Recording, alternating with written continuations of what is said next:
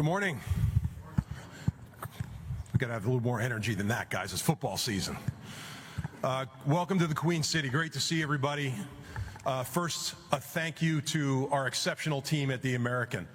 I can't thank these people enough. The relentless effort they put in, the creativity, that's why we're here in Charlotte today. Thank you to the great people of the Charlotte Convention Center, the Marriott City Center, Visit Charlotte, the Charlotte Regional Visitors Authority, and my great friend Danny Morrison from the Charlotte Sports Commission is here with us today. To our presidents, chancellors, athletic directors, women's administrators, faculty reps, thank you for your leadership in my first year. Your efforts have just continued to make the American a great place. Welcome to Lisa Campos. I just saw her walk in with her son, Christopher, who, get his resume, he's like a future administrator in the college space. And Mike Hill, the athletic director from Charlotte, and the newly anointed chair of our ADs group is also with us today. Welcome to CFP Executive Director Rich Clark and his staff, our friends from the Cotton, Fiesta, Independence, and Orange Bowls, and ESPN events. We have two exceptional leaders in the American retiring this year. Navy Athletic Director Chet Gladchuk, truly a fixture in the industry. The guy's been around longer than the furniture. And USF's remarkable president, Rhea Law. Their impact on the American and on student athletes really cannot be measured. Welcome to our football student athletes. I see you guys all over the place. Saw you at the hotel, seen you in the elevator, saw you try to hit some home runs last night, try being the key word. These 2 days are really about you. It's about your hard work, it's about your stories, and it's about the season ahead. 30 years ago, I was getting ready for my last training camp at Rutgers, and man, do I miss it. So take it all in. Feel lucky. Make the most of your opportunities. One thing I know is they won't last forever. Represent us with passion, with grit, with integrity. I couldn't be more excited to get out there and watch you play this season. To our veteran head coaches, welcome back. The effort you put into elevating your programs for the American is truly appreciated. And to our first-year head coaches, we won't call you rookies. We love that you're here, and we're excited for what's ahead. Members of the media, thank you for the effort to be here. The best way to describe what you do, it's so important. Like, you shine the light on student athletes. You are our storytellers. You play a vital role in what we're building and how we're elevating the American Conference. And always great to have fans here. Saw many of you outside. Thanks for joining us for Media Day. We hope you have a great time. So there was a recent tragedy in our conference office home state of Texas, particularly in Hill County, where the loss of life included many young people. We're praying every day for every family that was affected and for the first responders. I bring this up because it's important to be grateful for today. Tomorrow is not guaranteed. Nothing is guaranteed. And whatever you do today, don't pass up the opportunity to tell people that you love how you feel about them. So I stood up here a year ago. I was 6 weeks into the job as commissioner of Football Media Day. What a smooth, uneventful year in college sports, right? Nothing happened. But the list of hot topics is growing, so let's talk about it. The House settlement. First thing, I want to thank our colleague conferences and the NCAA for serving as frontline defendants. It was a lot of work. The House settlement's historic. It marks a new era in collegiate athletics. It's not perfect. It's not flawless.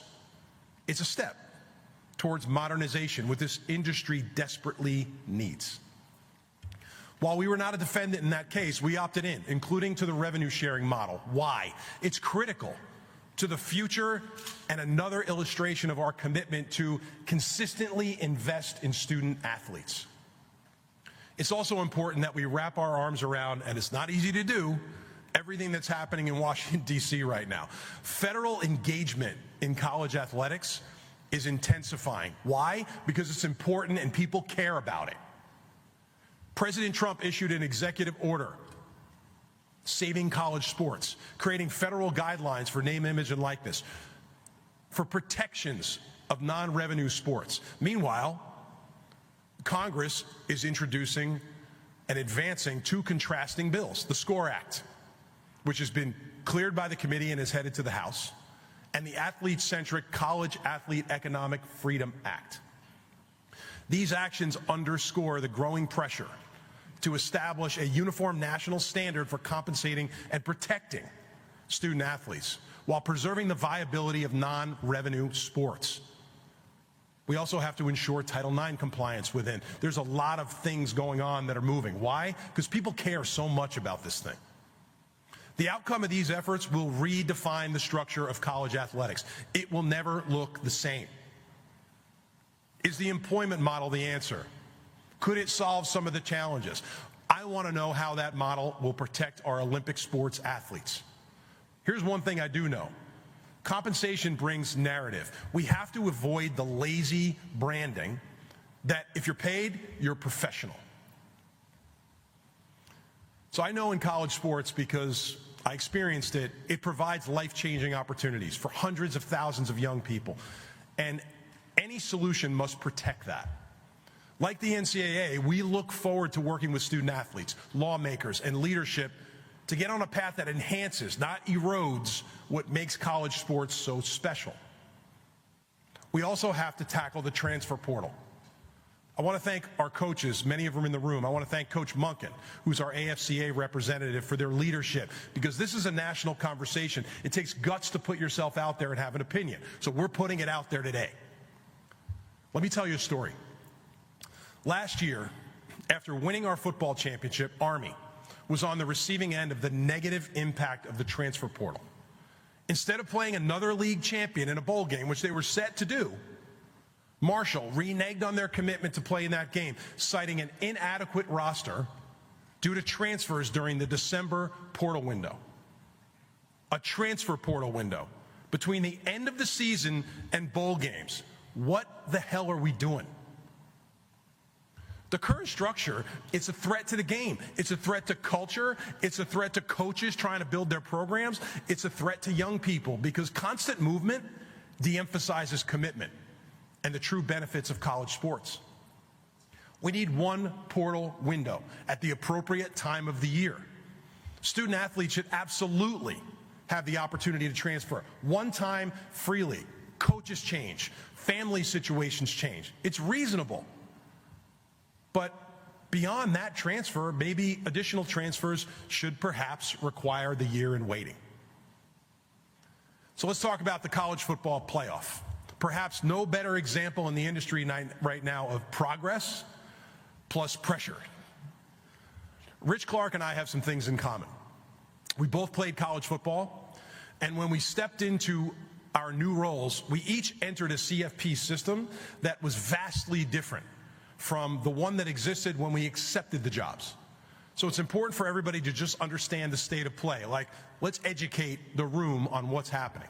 Prior to our arrival, a legal document, the famed MOU that you read about, was signed by every commissioner in that room. And while I wasn't part of that process, I now operate within the terms of that agreement. One that grants authority to Big Ten Commissioner Tony Petitti and SEC Commissioner Greg Sankey to meaningfully consult with and act on behalf of all FBS conferences and college football to make decisions on what they believe is best for the game and for the playoff. That change, while legal and agreed upon, naturally centralizes influence and decision-making around the college football playoff. Let me be very, very clear. This is not a criticism. It's an explanation of how the system currently works. Every commissioner in FBS has the responsibility to ensure that the decisions that are made with the full breadth of college football and the ecosystem in mind, not just the most powerful corners of it. Tony Petitti is a strong advocate for his league. I have great respect for him and the experience and the passion that he brings to the table. Greg Sankey has long been one of the most knowledgeable and steady voices in college athletics. He cares deeply about the game and about the overall health and success of college sports. But in that room, we work for college football. All of us, including me, work for college football. Thousands of student athletes, coaches, fans. The collective voice has to reflect the entire sport. As Commissioner Sankey shared last week at Media Day, we have a format right now. the 12-team format that was positive a year ago in just its first year. Proposed formats such as the 4-4-2-2 whatever for certain conferences run the risk of removing a vital element. It's table stakes, this element, for athletes, coaches, fans, the opportunity to earn it on the field. The excitement of what's possible. Line up, play the games. Like, let's see where the chips fall at the end of the year. Let's not send a terrible message to student athletes that their opportunity is not as important as others. They have the same goal. I got news for you. These guys sitting back here want to play for the national championship, just like every student athlete in America. So I'm going to be clear about the American and our position on the format. It's this. We are supportive of a format that preserves our access and provides the opportunity to earn more. We believe in a format without anything being guaranteed to any conference. The 5 highest-ranked conference champions should continue to receive an automatic bid, plus a significant number of at-large opportunities, giving anyone the opportunity to earn a spot. Win it on the field, a true merit-based system. We are continuing to audit the selection process, how metrics are used, how fairness is measured, how the system can evolve the right way. This is an important exercise for the future.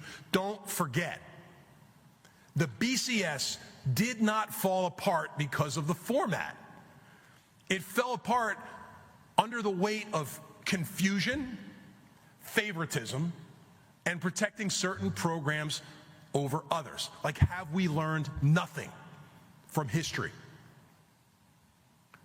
That's what the CFP was built to fix. Let's talk about modernizing, protecting, and growing our business. And yeah, it's a business. Business is not a dirty word. This is a mission-driven business.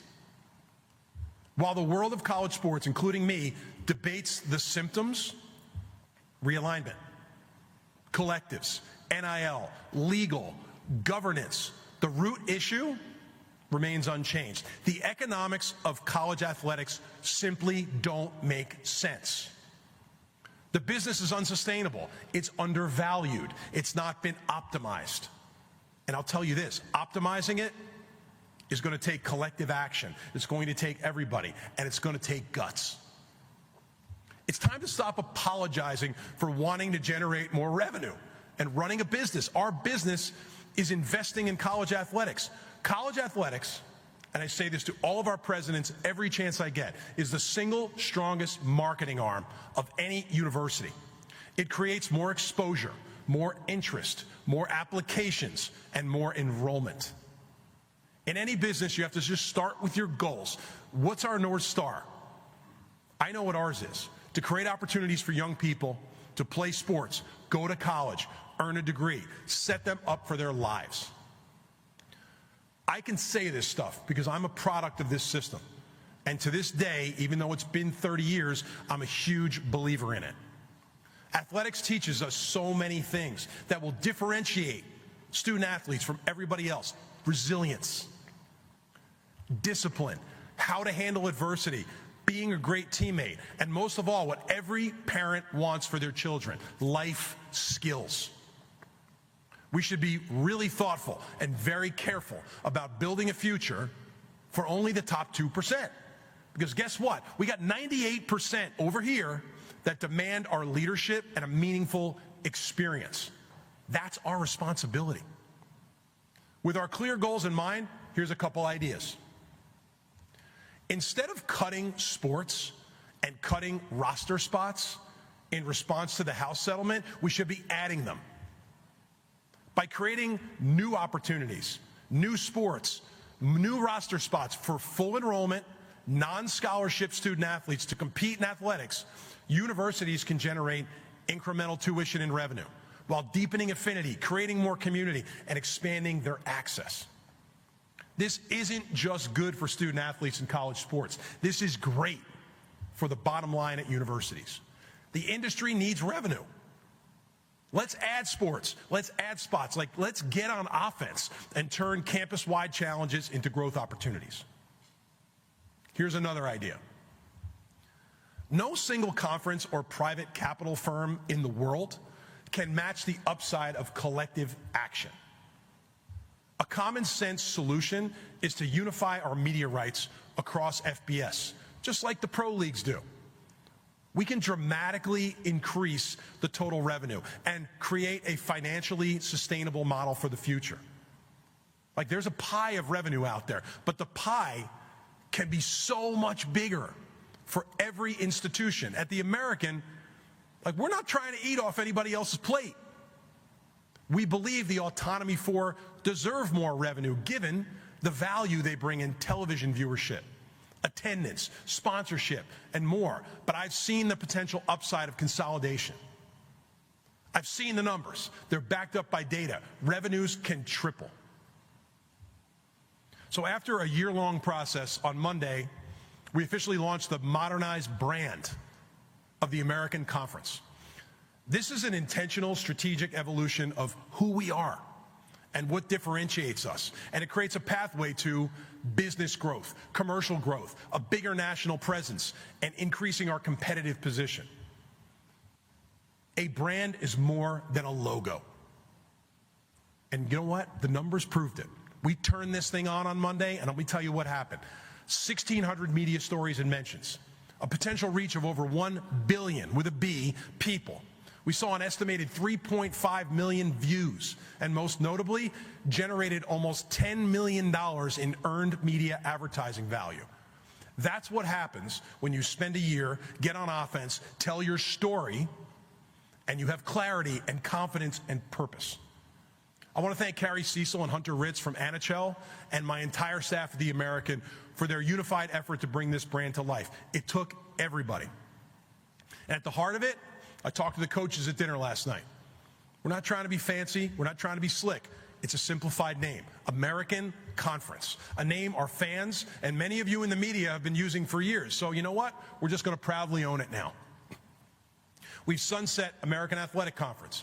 We've sunset the AAC acronym to eliminate confusion, sharpen our voice, and ensure consistent recognition. And I'll be fining people in the media if I hear you saying those things.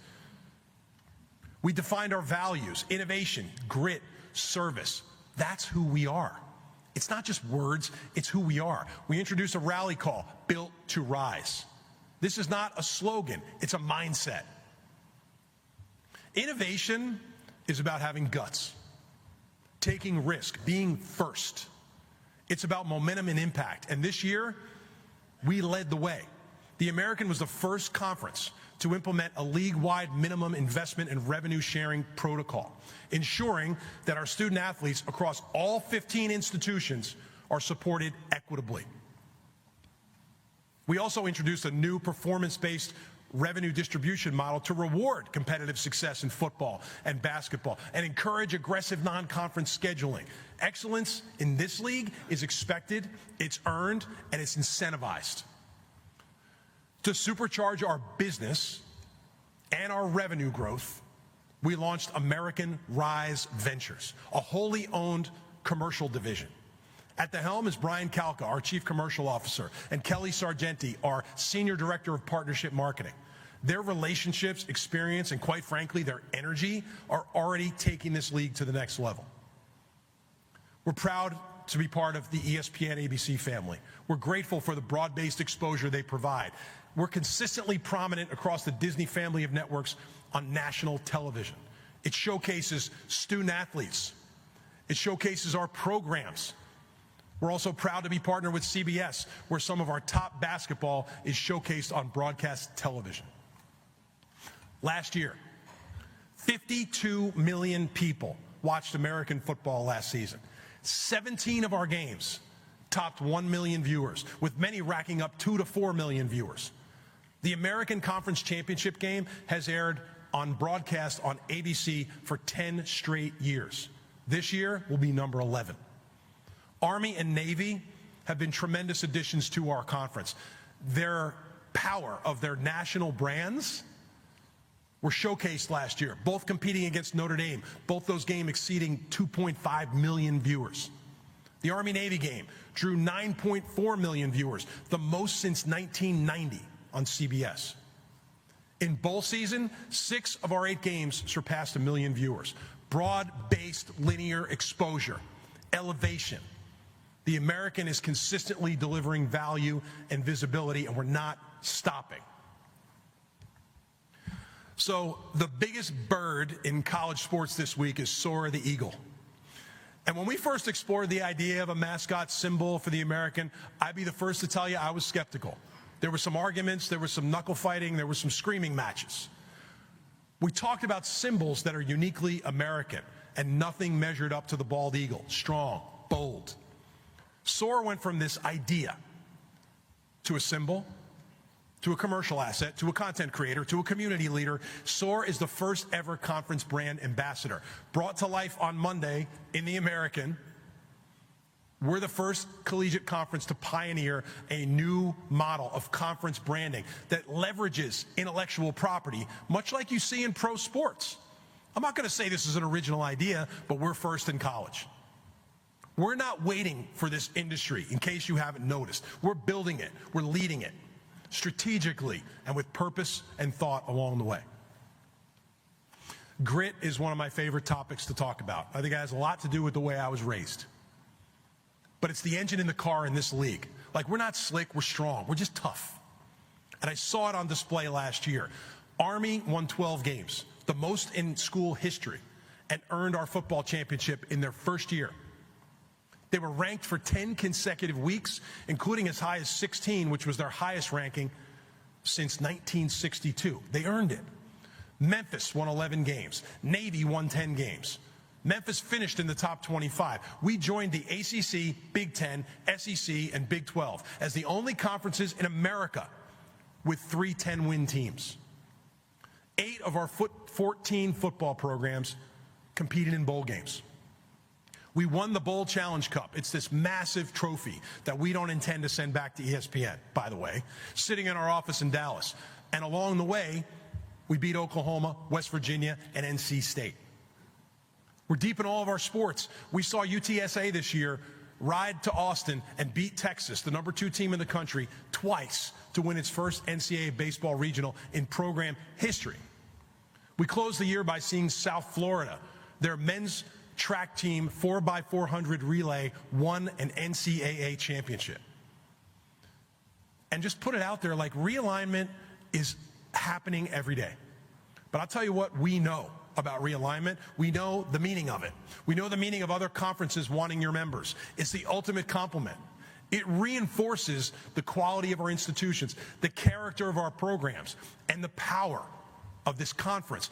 The American builds strong, competitive, resilient programs. So I'm not surprised to be the constant target of realignment. We're building a league with values, a league that has vision, a league with the guts to be first. Last and maybe most important is service. It's our call to lead beyond the field. And I'd be remiss if I didn't say it's important to acknowledge the leadership and the selfless dedication of the men and women enrolled at our 2 service academies. 4 of those student athletes are with us here today.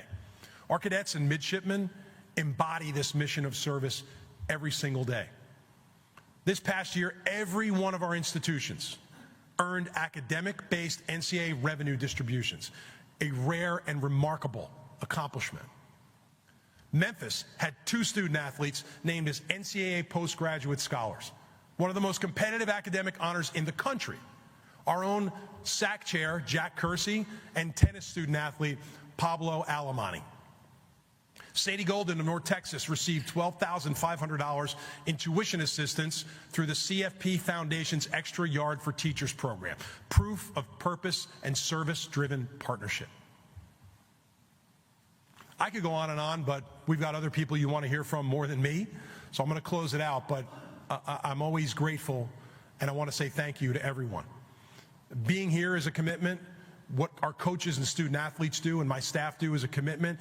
It takes people to make this thing work, and I couldn't be prouder of the people that we have in this conference. We are the American.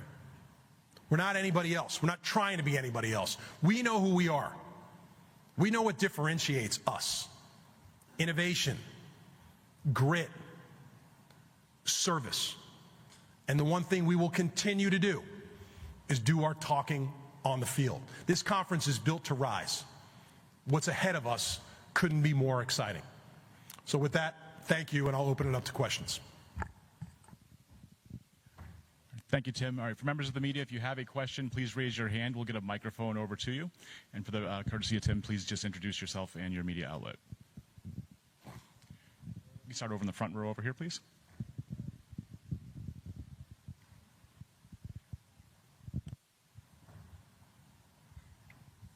Dan Tortora, wakeupcalldt.com. Tim, how are you? Hey, Dan.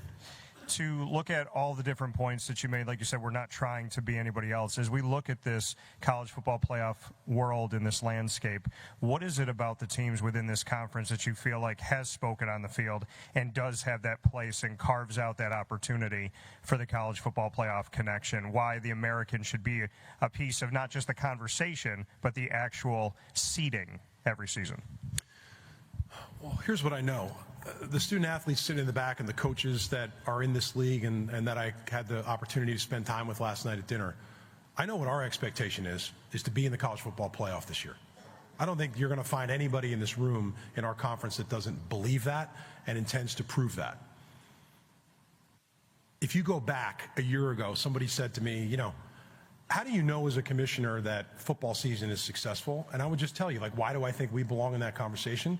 I'm not going to tell you why. All you got to do is look at last year. We had 4 teams in the national conversation in mid-November.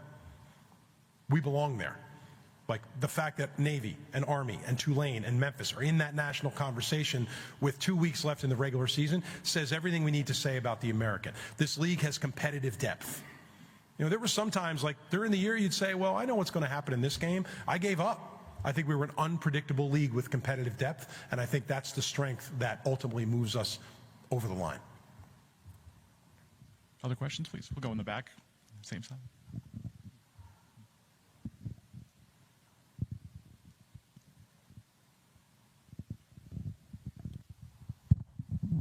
Morning, Tim. Tim Buckley with the Daily Memphian. Memphis. Sticking with CFP, how much do you think your voice is being heard? What will it take for the voice of the non-power conferences to be heard more? Are they willing to listen? The answer to that is yes.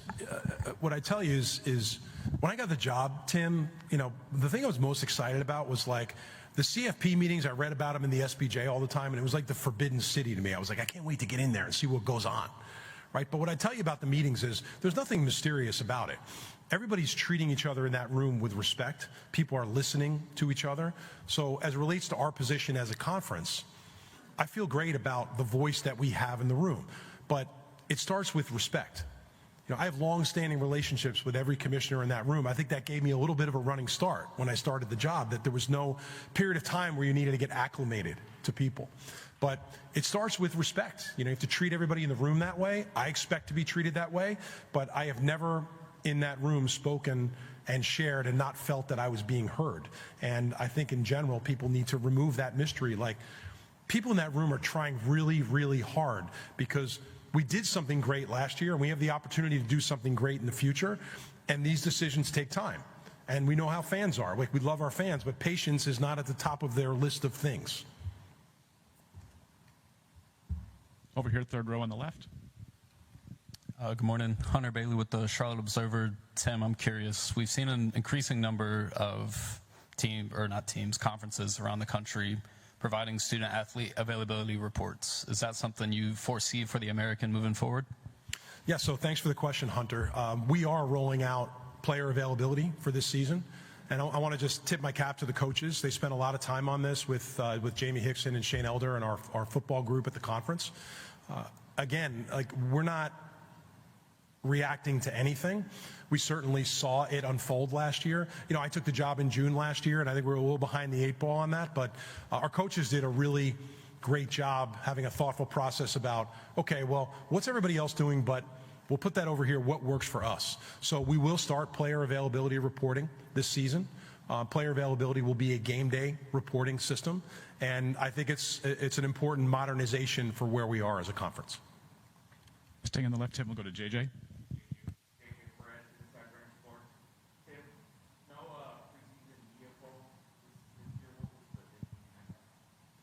So the preseason media poll, first of all, I felt like you guys got enough to do. You have to vote in a poll. But in all seriousness, we thought really long and hard about this, and I do think you see an industry-wide trend where people are moving away from this. I don't know about you all, and I'm probably older than most of you, but I used to love to go down to this little candy store in my town in New Jersey and wait online when the Athlons and the Lindy's and the Phil Steele magazines came out, just to get them and look at the polls and see who was ranked where. And they were actually pretty damn accurate. I think the reason we're moving away from this now is I think it's more difficult to actually put your finger on how this should look, given that rosters look dramatically different every year. The transfer portal has created a lot of uncertainty and chaos. Quite frankly, I think the national polls at some point should follow suit, because it's almost impossible to put something out there that makes logical sense without knowing what rosters look like, and a lot of that is unfolding in the summer. Maybe the national polls should start ranking teams after the first month of college football. Let's let the result on the field and the product and the results do a little bit of the talking. Over to the far right. Hi, Thomas Christopher from the League Winners. The ACC introduced a new safety protocol protecting players, staff on the field going forward. Has the American ever thought about doing something like that? Is that something that's in your guys' wheelhouse and something you're going to roll out in the future? Yeah, Thomas, thanks for the question. So, I have a terrific relationship with Jim and the staff at the ACC. I think Jim is one of the great leaders in our industry right now. And, they're making some moves, I think, that are really important. And we're having deep conversations about all of this.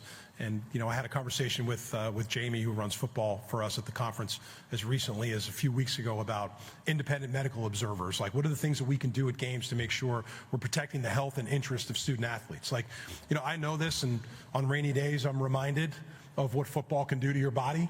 This is a physical game, and I think I played at a time where we were not athletic and fast and explosive. We were just big. But the sport is more physically demanding than it's ever been. But our number one priority is experience and health and safety of student athletes. So we're knee deep in it, Thomas. Over to the left in the front row, please. Hey, Tim, Steve Reed from the Associated Press. Welcome to Charlotte. Thanks. There were recent reports about Memphis attempting to leave for the Big 12. I wonder if you've talked to their school officials about that, and how do you handle things that come up like that as commissioner when a team is possibly, a school, I should say, is possibly wanting to leave the conference? Well, good to see you. Thanks for being here. I was very aware of the conversations. President Hargrave and Ed Scott and I, back to when Ed got hired back in August, he hasn't been on the job quite a year, we've had very transparent conversations for a year about what's happening. And I understand Memphis's ambition. I think other schools have that ambition. I admire their ambition. I was an athletic director years ago when I took Rutgers into the Big Ten. Your job is to do what you think is best for your school. And I also give them credit for having the guts to go after it. Having said all that, as I said in my speech, the important thing to remember is this: we're not surprised by it, and we're building strong, resilient programs in the conference. So when these things happen, they're not a surprise. I'm very encouraged that our membership continues to operate in a transparent manner as these things come around. Okay, time for just a couple more. We'll go back to the right side, over the far right.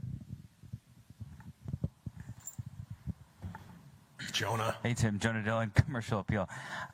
You talked about the potential to consolidate media rights. I'm curious, have you had conversations with other conferences about that? And do you believe that those Power 4 conferences would even have a conversation or be interested in that type of thing? I think there are people out there, Jonah, that are having conversations with the conferences. Have I talked to colleague commissioners about it? I have. And naturally, I don't want to pretend to be a magician here and wave a magic wand. Unifying media rights would require everyone to think about a date in the future to be able to line that up. And then there's a legislative impact about the Sports Broadcasting Act. Like there's some hurdles to the whole thing.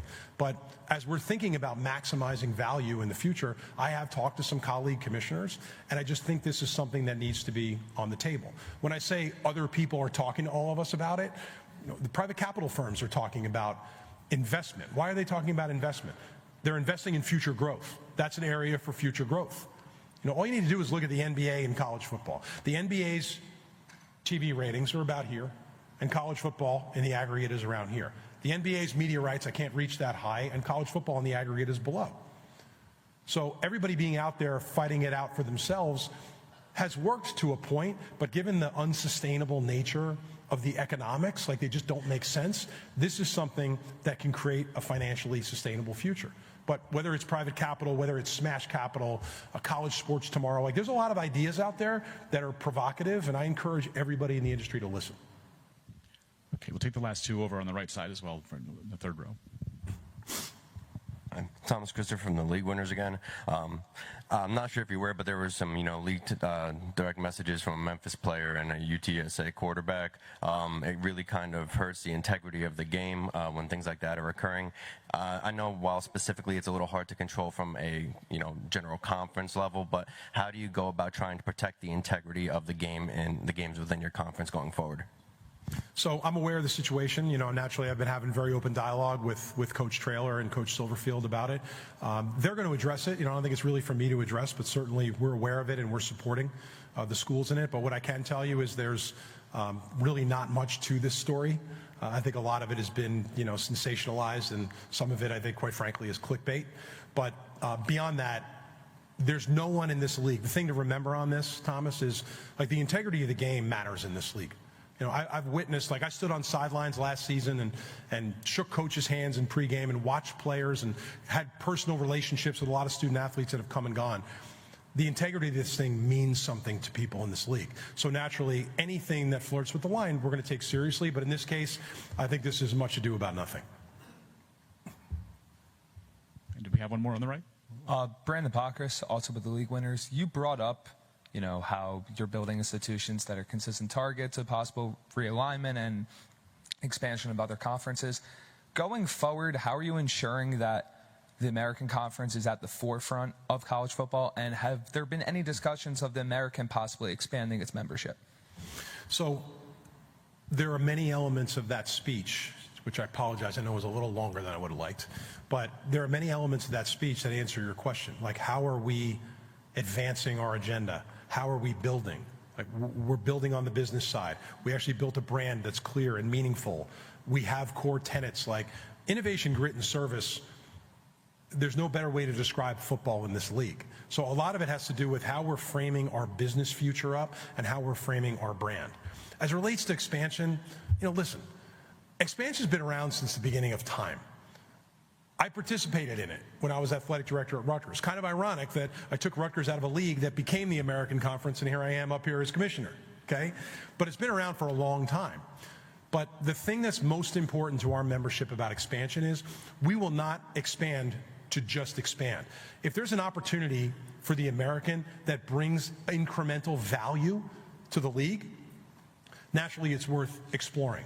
But expansion can't just be about money, it's got to be about alignment. You have to find the right partnership. So we're very, very thoughtful about all of those conversations. But the one thing I won't do is I will not dilute this league financially. If there are opportunities out there for us to increase the value, to increase the profile, to bring more members in that line up with innovation, grit, and service, then naturally we'll explore that.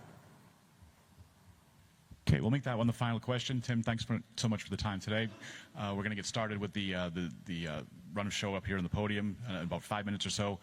And the breakout sessions will begin next door in Ballroom D. Thanks so much. Thanks, everybody.